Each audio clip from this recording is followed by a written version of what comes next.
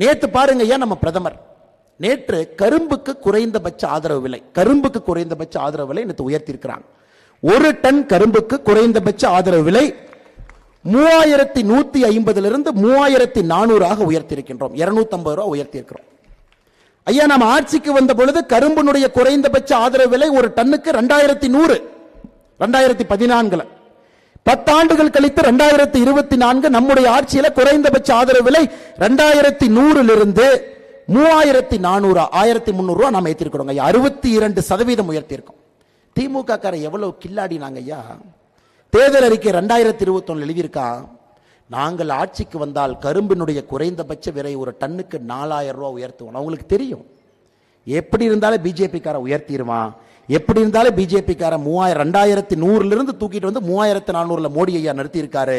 4000 2 வருஷம் நிறுத்தினதுக்கு அப்புறம் திமுக கார வந்து கரெக்டா ஸ்டிக்கர் ஒட்டுவான். சொன்னதல்ல செஞ்சமல்ல. 4000 ரூபாய் பட்ஜெட்ல சொன்னோம், எங்க தளபதி 2026 முன்னாடி செஞ்சாங்க. இப்படி தாங்க ஐயா ஏமாற்று வேலை, பித்தலாட்ட வேலை நடந்து கொண்டிருக்கிறது.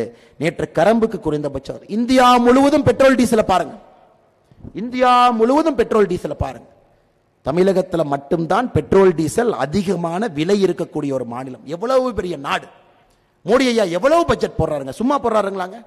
2024 உள்கட்டமைப்புக்காக நம்முடைய பட்ஜெட் 11 லட்சம் கோடி, 11,11,111 கோடி, 11 லட்சம் கோடி ரூபாய் உள்கட்டமைப்புக்கு. இங்கிருந்து ஐயா போடுறாரு அவ்வளவு.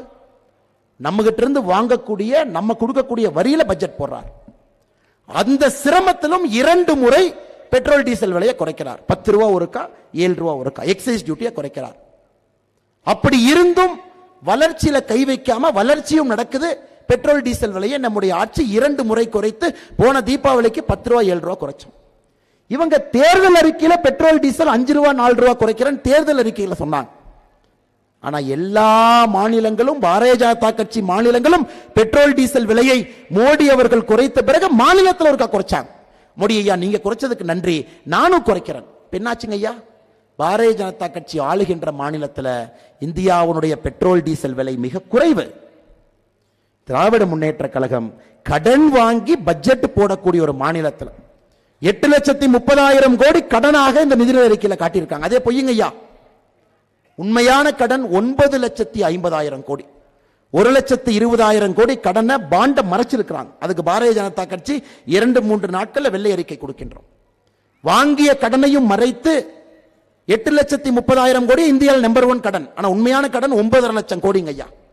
அதிலும் பெட்ரோல் டீசலுக்கு வரி கொடுக்காம, வரியை குறைக்காம ஏமாற்று வேலை செய்து ஆட்சி நடத்தி கொண்டிருக்கின்றார்கள். இது பாரதிய ஜனதா கட்சிக்கும் தமிழகத்தில் இருக்கக்கூடிய திராவிட முன்னேற்ற கழகத்துக்கும் ஒரு உதாரணம் ஐயா.